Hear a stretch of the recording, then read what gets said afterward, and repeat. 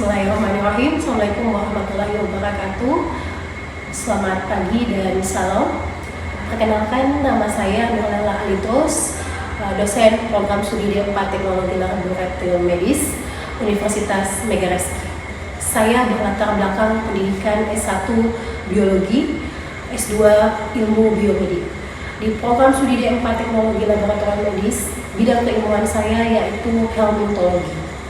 Saya telah mengampu beberapa mata kuliah yang ada pada program studi D4 TLM. Antaranya mata kuliah helmintologi, protozoologi, bakteriologi dasar, instrumentasi laboratorium medik 1, dan biologi sel. Pada kesempatan ini, izinkan saya menyampaikan teknik pengajaran saya pada mata kuliah helmintologi. Baik, untuk mata kuliah helmintologi ini dengan kode mata kuliah AK 4310 dengan bobot 3 SKS, helmintologi merupakan salah satu mata kuliah wajib di program studi D4 TLM yang berada pada semester 2. Mata kuliah ini menjadi prasyarat mengambil salah satu mata kuliah di semester selanjutnya. Untuk proses pembelajaran pada mata kuliah helmintologi ini dilakukan dengan memadukan pembelajaran secara teori dan praktek. Pembelajaran secara teori dilakukan di dalam kelas dengan metode tatap muka, dengan model ceramah dan diskusi, serta pemberian diskusi kelompok untuk membahas dan memahami ruang lingkup parasitologi, khususnya helmintologi atau kecacingan. Kemudian, pembelajaran secara praktek dilakukan dengan memberikan kesempatan untuk menerapkan pengetahuan bagaimana teknik identifikasi suatu parasit atau mendiagnosa di laboratorium. Mata kuliah helmintologi ini merupakan ilmu yang membahas tentang kecacingan yang termasuk dalam taksonomi Nematilhelminthes atau cacing giling yang termasuk dalam kelas nematoda, dan Platyhelminthes atau cacing pipih yang termasuk dalam kelas Trematoda dan Cestoda. Baik, serta membahas klasifikasi, morfologi, siklus hidup, dan pengaruh terhadap inangnya. Secara khusus, helmintologi mempelajari kecacingan yang dapat menyebabkan penyakit pada manusia. Adapun capaian pembelajaran lulusan atau CPL-nya pada mata kuliah helmintologi yang telah diterapkan oleh program studi ialah: 1. Mahasiswa mampu menguasai teori dan praktek pada laboratorium medik, subkajian yang dalam bidang parasitologi. Kedua, mahasiswa mampu menjelaskan konsep teoritis mengenai nematoda, cestoda, dan trematoda. Baik dari pencapaian pembelajaran lulusan, maka ditetapkan capaian pembelajaran mata kuliah untuk mata kuliah helmintologi, yaitu pertama, mahasiswa mampu menjelaskan dan memahami konsep dasar di bidang parasitologi yang erat kaitannya dengan kesehatan. Kedua, mahasiswa mampu menerapkan konsep tersebut dalam mensinkronkan hasil yang diperoleh dalam melakukan diagnosa pemeriksaan laboratorium.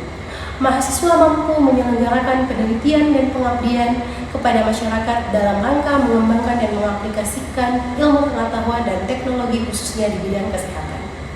Baik, untuk mencapai capaian pembelajaran tersebut, adapun materi kuliah yang kami sajikan yaitu pertama, ruang lingkup parasitologi, kemudian pengelompokan parasit, kemudian morfologi, siklus hidup, patogenesis, gejala klinis, dan epidemiologi yang termasuk dalam nematoda usus, darah, dan jaringan, dan trematoda, dan khususnya trematoda, usus, darah, dan jaringan, dan bagian kelas cestoda, usus, darah, dan jaringan. Kemudian diagnosa laboratorium, nematoda, trematoda, dan cestoda. Selanjutnya, saya akan menjelaskan teknik pengajaran saya di mana menggunakan metode DIA. Yang pertama, delivery.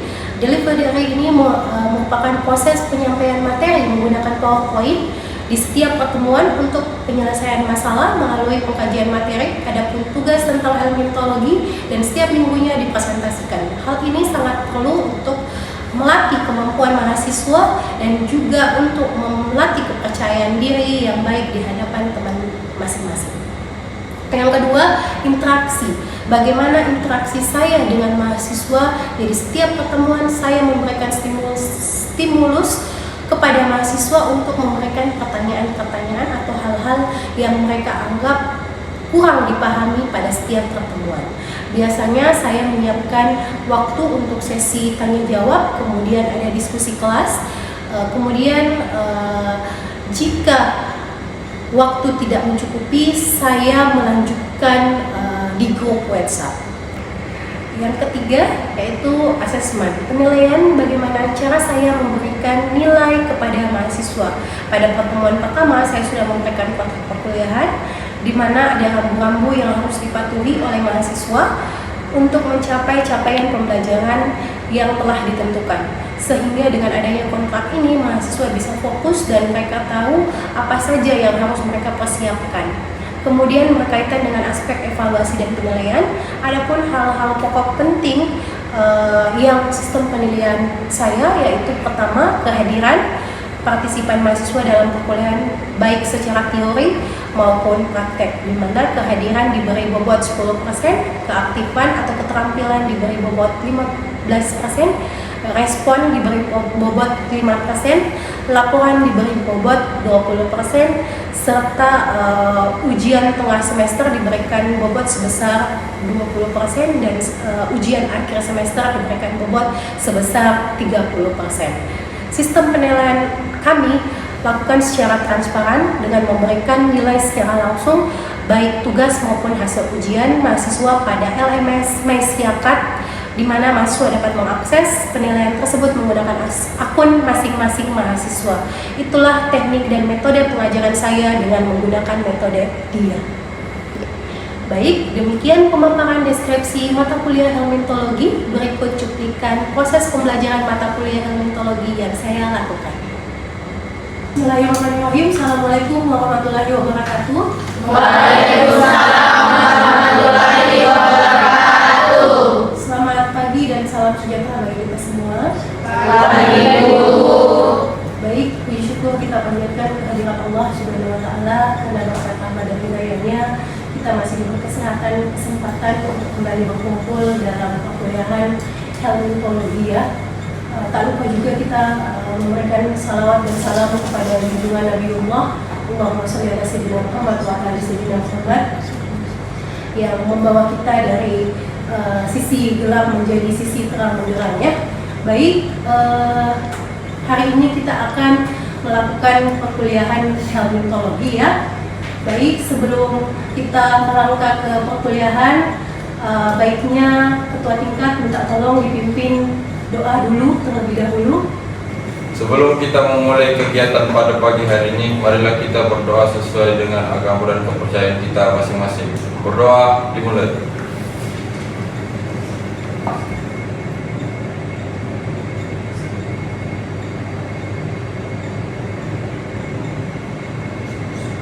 Berdoa selesai.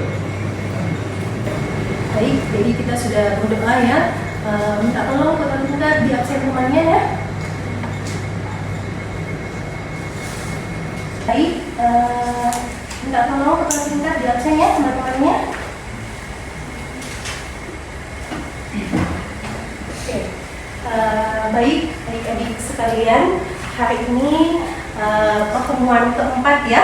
Jadi kita akan membahas jenis parasit yang termasuk jenis Ascaris lumbricoides atau cacing gelang ya. Baik, sebelumnya pertemuan 2 dan 3 kita sudah membahas apa itu hermeneutologi. Ada yang bisa jelaskan apa itu hermeneutologi? Saya Bu. Baik, silahkan. Hermeneutologi itu adalah cabang ilmu biologi yang mempelajari tentang ilmu kecacingan, Bu. Oke, baik ya, bagus sekali, tepat sekali penyampaiannya. Jadi hermeneutologi itu adalah membahas tentang kecacingan ya, ilmu yang mempelajari tentang kecacingan. Salah satu jenis parasit hermeneutologi adalah ini, Ascaris lumbricoides ya. Terus Ascaris lumbricoides ini adalah masuk dalam cabang ilmu hermeneutologi ya, di mana hermeneutologi ini terbagi atas 2 taksonominya. Ada yang masih ingat? Saya Ibu. Oke, silahkan. Jadi Ascaris lumbricoides itu terbagi menjadi 2. Yang yaitu nematohelminthes dan platyhelminthes. Nematohelminthes itu contohnya yaitu cacing gelang yang masuk ke dalam kelas nematoda, dan platyhelminthes itu cacing pipi yang masuk dalam kelas cestoda. Oke, bagus sekali. Terima kasih atas jawabannya ya.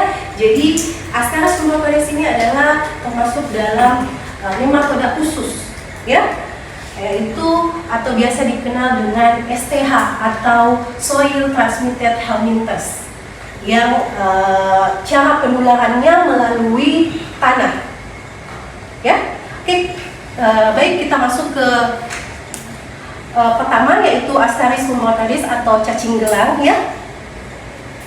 Ya. Kemudian di mana tujuan pembelajaran kita ada 4. Yang pertama, mahasiswa mampu memahami jenis nematoda usus Ascaris lumbricoides, kemudian memahami definisi, perbedaan telur, larva dan cacing dewasa Ascaris lumbricoides. Kemudian memahami siklus hidup dan teknik identifikasi dalam mendiagnosa di laboratorium, dan yang terakhir atau keempat, memahami penyakitnya dan cara pencegahannya. Oke? Kemudian definisi. Kita masuk ke definisi. Ascaris lumbricoides disebut juga cacing gelang atau cacing gilik, ya. Merupakan cacing yang memiliki ukuran terbesar golongan nematoda usus pada manusia. Kemudian genus Ascaris dan spesies adalah Ascaris lumbricoides, ya. Kemudian morfologi telur, di mana telur ini ada yang telur yang dibuahi atau fertilizer egg, berbentuk bulat, lonjong, berukuran 45 sampai 75 dikali 35 sampai 50 mikron, kemudian berwarna coklat, ya. Ini berwarna coklat, ini salah satu contohnya karena mengandung zat empedu, memiliki cangkang tebal yang terdiri dari 3 lapisan. Ada lapisan albuminoid atau luar, ini bagian luarnya, ya. Kemudian lapisan hyalin yang di tengah ini, kemudian lapisan vitelin yang di dalam ini. Betina yang tidak dibuahi pada awal reproduksi telur. Telur ini memiliki ukuran 88 sampai 94 dikali 44 mikron. Kemudian cangkangnya lebih tipis, tidak memiliki lapisan albuminoid yang tebal, dan tidak mengandung embryo dan tidak dapat berkembang menjadi larva, ya. Nah, ini salah satu contoh yang kita lihat. Nah, ini nanti penampakannya yang di bawah mikroskop, ya, kita bisa lihat. Kemudian ada morfologi cacing dewasanya.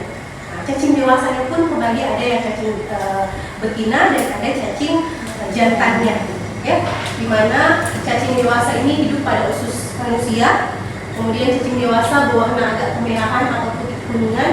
Cacing dewasa betina mencapai panjang 22 sampai 35 cm dan diameter 3 sampai 6 mm. Ujung posterior 10 sampai 31 cm dengan diameter 2 sampai 4 mm. Diagnostik, di mana tahap infektif ini adalah tahap di mana awal mulanya parasit ini atau cacing ini mulai menginfeksi masuk ke hospesnya atau inangnya atau tubuh manusia, ya. Nah, telur yang telah dibuahi, telur yang berkembang akan menjadi embrio. Selanjutnya manusia akan tertular telur cacing melalui ketidaksengajaan memakan, ya, kesengajaan tidak sengaja memakan atau menghirup telur cacingnya, ya, sehingga masuk ke mulut manusia, ya. Kemudian telur ini menetas menjadi larva di usus halus. Dia akan kembali lagi ke usus halus, ya. Kemudian larva yang sudah berkembang ini akan masuk ke usus larva ini yang sudah berkembang dari usus halus bermigrasi ke paru-paru, ya. Ini paru-paru tak. Kemudian dari paru-paru ini masuk ke nasofaring atau esophagus, dan masuk kembali ke saluran sistem pencernaan tak. Kemudian tumbuh kembali cacing dewasanya, ya, di usus halus. Oke. Kemudian pematangan di tanah ini sekitar 20 sampai 24 hari. suhu optimumnya 30 derajat Celcius. Menjadi dewasa di usus halus itu berlangsung 65 sampai 75 hari. 65 sampai 70 hari. Ya, itu akan berkembang di usus halus cacing dewasanya. Oke? Dan polimerase chain reaction atau PCR, ya. Nah, sampelnya itu adalah feses karena kita ketahui bahwa parasit ini berada di usus halus manusia, ya, yang dimana itu sistem pencernaan pembuangannya itu terletak di feses, ya. Kemudian di sini natif sederhana, ya, kita akan melakukan praktikum nanti. Kemudian ini yang dilakukan yaitu meletakkan tinja pada objek gelas, kaca objek. Kemudian tinja tersebut masing-masing diberikan larutan NaCl dan iodin atau iosin, ya, boleh. Kemudian ditutup dan diamati di bawah mikroskop. Oke. Selanjutnya, inilah hasil pengamatan di bawah mikroskopik, ya. Ini salah satu contoh tadi telur yang tidak dibuahi. Nah, ini adalah salah satu contoh yang dibuahi. Oke, kita amati di bawah mikroskop yaitu 10 sampai 40, pembesaran 10 sampai 40 kali, ya. Oke, kemudian pencegahannya, ya. Pencegahan di sini adalah pencegahan Ascaris sangat bergantung pada peningkatan sanitasi dan edukasi mengenai aspek praktek kebersihan yang baik. Beberapa langkah pencegahan itu meliputi, ada beberapa, ya. Yang pertama itu mencuci tangan sebelum makan dan setelah buang air besar. Yang kedua, menggunakan toilet yang bersih dan tidak membuang tinja sembarangan. Terus yang ketiga, mengkonsumsi air yang sudah matang atau yang disaring, ya. Keempat, menghindari konsumsi sayur dan buah mentah tanpa dicuci bersih, ya. Ingat. Kemudian yang terakhir, ayo kita harus minum obat cacing 6 bulan sekali, ya. Oke. Selanjutnya, epidemiologi.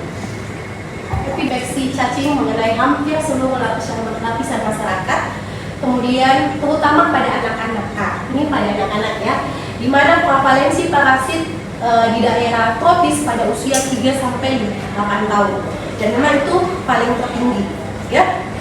Oke. Kemudian kesimpulan pada materi kali ini adalah Ascaris disebut juga cacing giling, ya. Kemudian cacing ini menyebabkan penyakit yang dinamakan dengan Ascariasis, ya. Kemudian terdiri 2 telur, ada yang dibuahi atau fertilizer egg dan telur yang tidak dibuahi atau unfertilizer egg, ya. Kemudian terdapat cacing dewasa jantan dan betina Ascaris cumberpedes. Kemudian dalam mendiagnosa Ascariasis ini adalah menggunakan metode mikroskopik dan diagnostik molekuler. Gold standar dari suatu pemeriksaan parasit adalah mikroskopik, ya.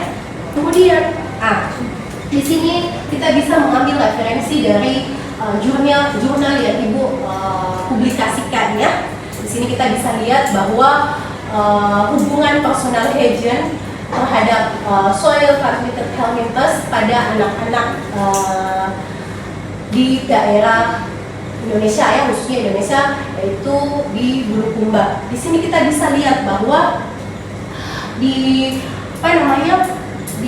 sini hasilnya itu 45% tinggi, ya, pada anak-anak usia SD. Kita di sini saya mengambil anak-anak usia 3 sampai 13 tahun, ya, ini. Dan hasilnya 45% itu anak-anak kecacingan. Yang paling tertinggi menduduki adalah Ascaris cumberpedes ini, 30%, ya. Terus disusul dengan Pleicuria. Ada yang 10% dan hookworm ada yang 5%. Jadi memang membuktikan bahwa di jurnal ini penelitian Ibu, kecacingan ini tertinggi pada usia anak-anak, ya, sejalan dengan literatur sebelumnya juga di epidemiologi kita lihat bahwa memang anak-anak di usia 3-8 tahun itu prevalensi yang tertinggi. Ya. Kemudian ibu juga bekerja sama dengan tim ibu menerbitkan suatu buku yaitu pedoman parasitologi. Ya. Dan ingat juga ada atlas parasitologi, itu acuan ibu. Ya. Jadi nanti bisa di-download.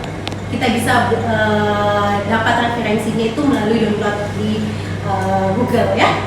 Nanti ibu kasih linknya. Kemudian ini adalah pokok-pokok bahasan pada helmintologi ibu dengan tim. Ya. Jadi sampai di sini ada yang mau ditanyakan atau sudah paham adik-adik sekalian? Baik, terima kasih.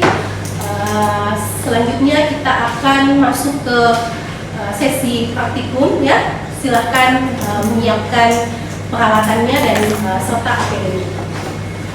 Oke, baik. Hari ini kita akan praktikum identifikasi telur Ascaris lumbricoides ya. Di mana tujuannya ini praktikum yaitu untuk melihat atau mengidentifikasi telur cacing. Ya, apakah ada di feses hospesnya atau inangnya atau dalam hal ini manusianya ya. Adapun alat dan bahan yang kita gunakan yaitu pertama NaCl 0,9% dan iosin ya. Kemudian ada kaca objek, kemudian penutup objek atau deck glass, dan sampel feses dan fasilidator ya, dan tisu, kemudian ada alat mikroskop. Oke, baik. Jadi pertama kita ambil deck glass ya atau kaca objek, kemudian kita ambil feses,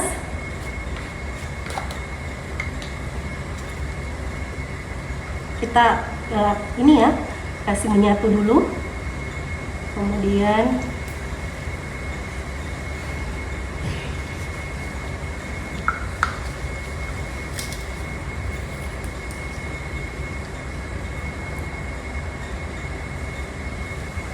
ya letakkan di sisi kanan dan sisi kiri ya.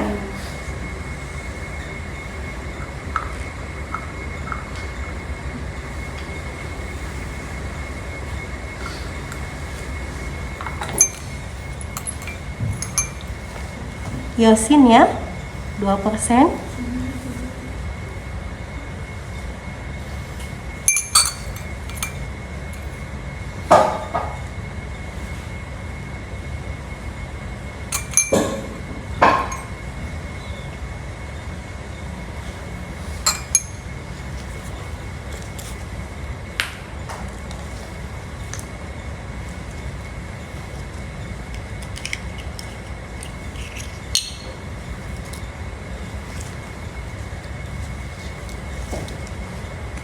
Kemudian kita tutup.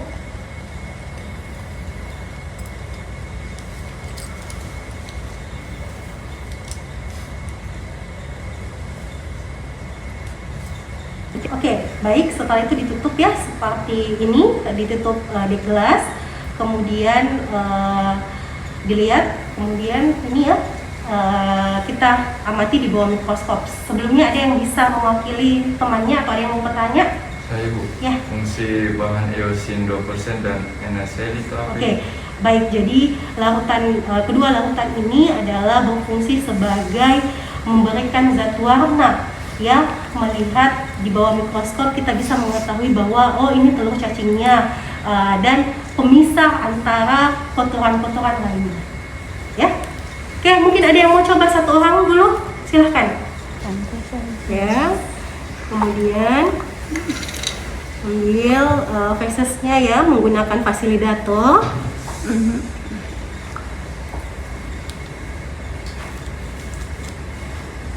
Oke.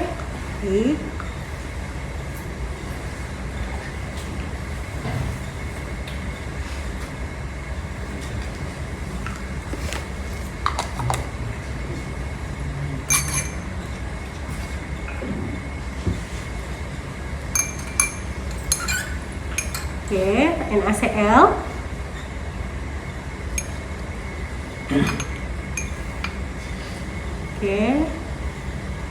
Kemudian ditutup dengan deck gelas.